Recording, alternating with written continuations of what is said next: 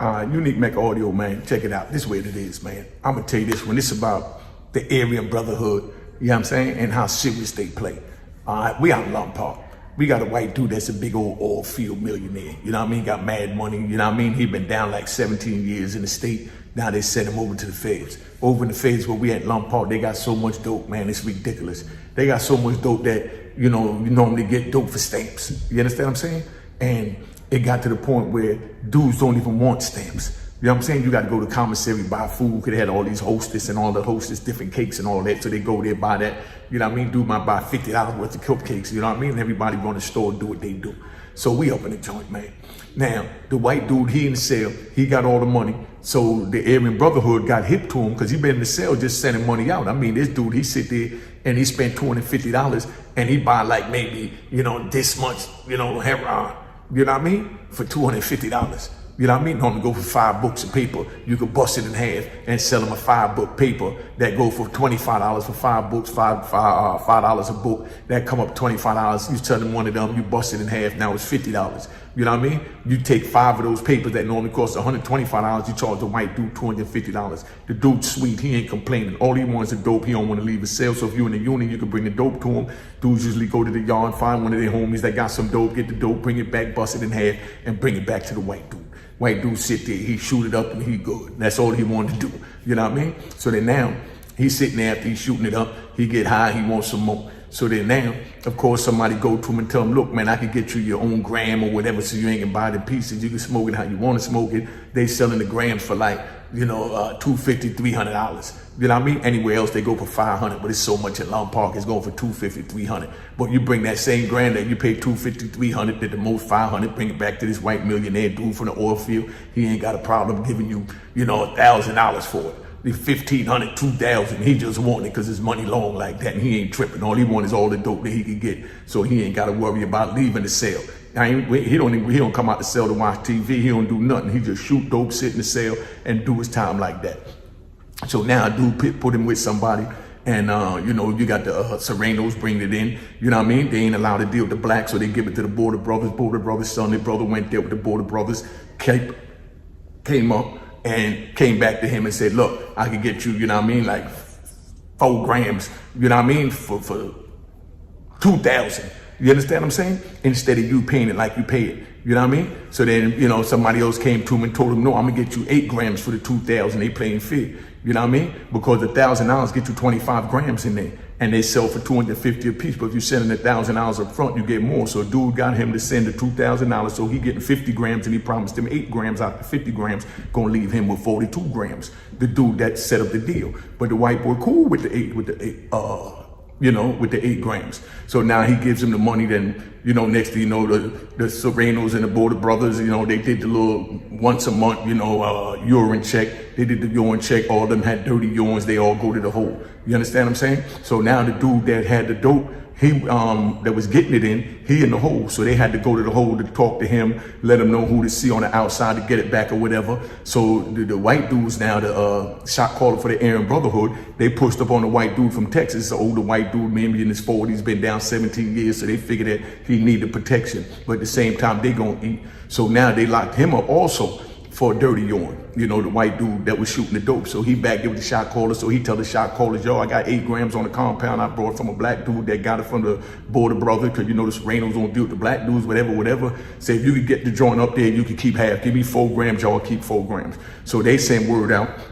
And they tell the dude that's not affiliated with the Aryan Brotherhood, but he a white dude, blonde hair, blue eyes. He get along with everybody, real intelligent school kid. You know what I mean? And, you know, he carry himself real good. He was an independent. He wasn't rolling with the car. So they tell him, because he's more of a businessman. He worked in a Unico over there at the good factory where, you know, you get paid the little money and you sit in the office with the women and all that, and you crease your clothes up and you go. So, you know, you figure he gonna play fair. So they told him, yo, tell him to get it and send it back. You know, I don't call names. So he said, tell him to get it and send it back. So they gave word for the black dudes, you know what I mean, to give, you know, the 8 grams that the old head from the oil fields in the hole paid for.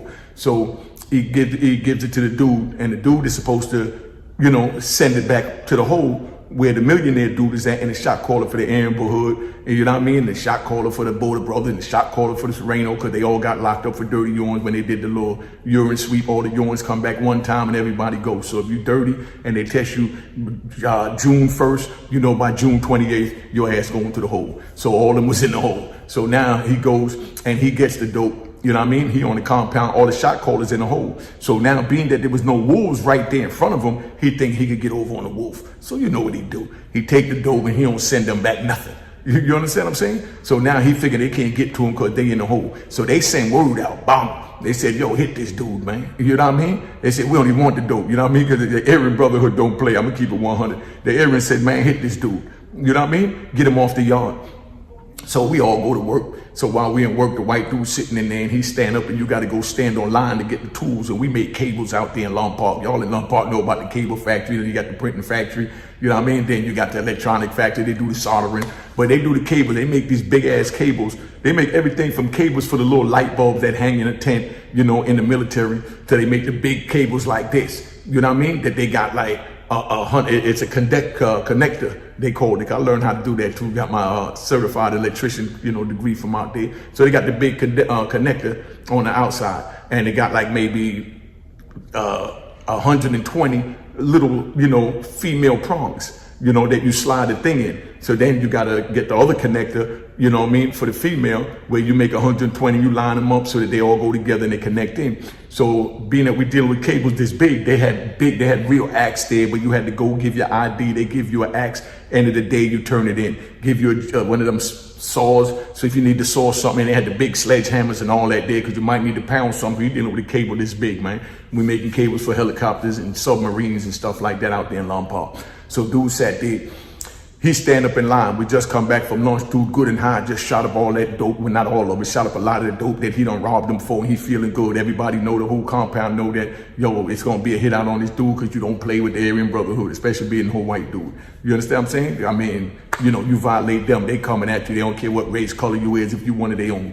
So he sit there and he stand in line, he high and he nodding out, and he waiting on the line to go so people go get their axe and things like that. So dude went up, got a sledgehammer, you know what I mean? Dude went up, got his little, you know, axe, you know what I mean, for him to go chop the cable, you know what I mean? So while he standing there, dude sitting there nodding. So now, these other two dudes, they go get one of them big cables I'm telling you about. They're like this round. So that means it's like this thing, look like the Michelin Man type shit.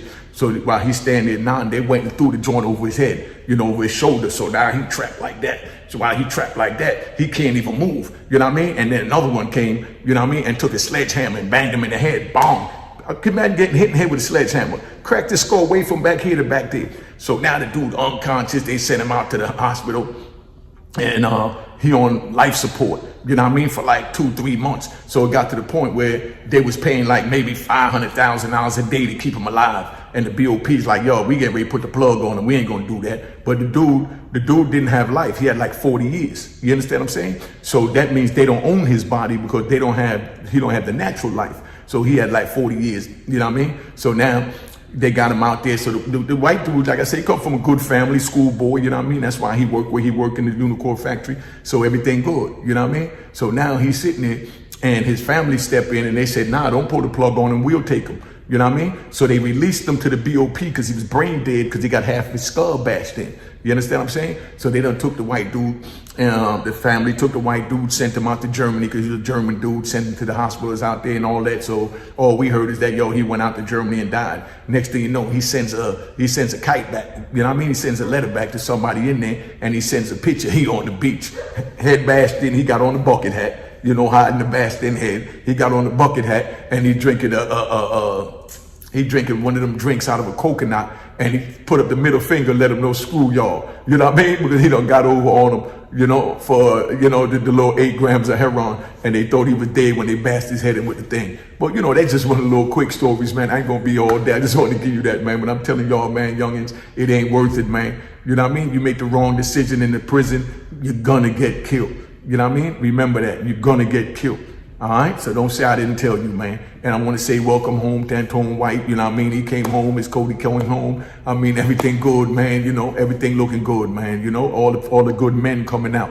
You know what I mean? Men of honor. But like I said, I'm gonna tap out. But you know, that one, I just want to give you that. But remember, these stories is just to let y'all know what go on in the prisons, man. It ain't nothing nice. So don't sit here thinking you're gonna make her play all these games and you're gonna do this and that. It ain't happening.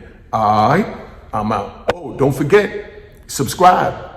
Y'all been watching these videos. Most of y'all just been watching. Subscribe. Like the videos and share the videos. Remember that. Like the videos and share the videos. All right? Don't play no games now. Let's get this right. Let's get the movement going. Cheers. Toast the crime. Toast the crime. The crime. The crime. The crime.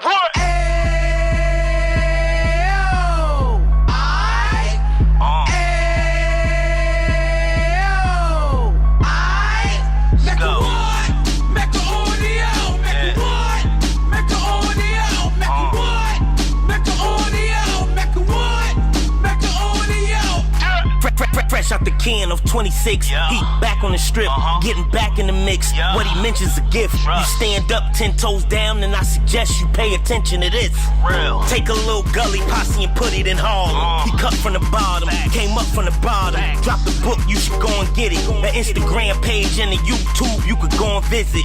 Then you could consider yourself LinkedIn. Sit front row and get Jews from a kingpin. How he went through it, so you ain't gotta go do it. To not pay attention would be stupid. Talking about a man that probably put your grandfather on. Probably the reason that him and your grams got along. A man that generated millions on the block, did his time, never squilling to the cops, make an audio.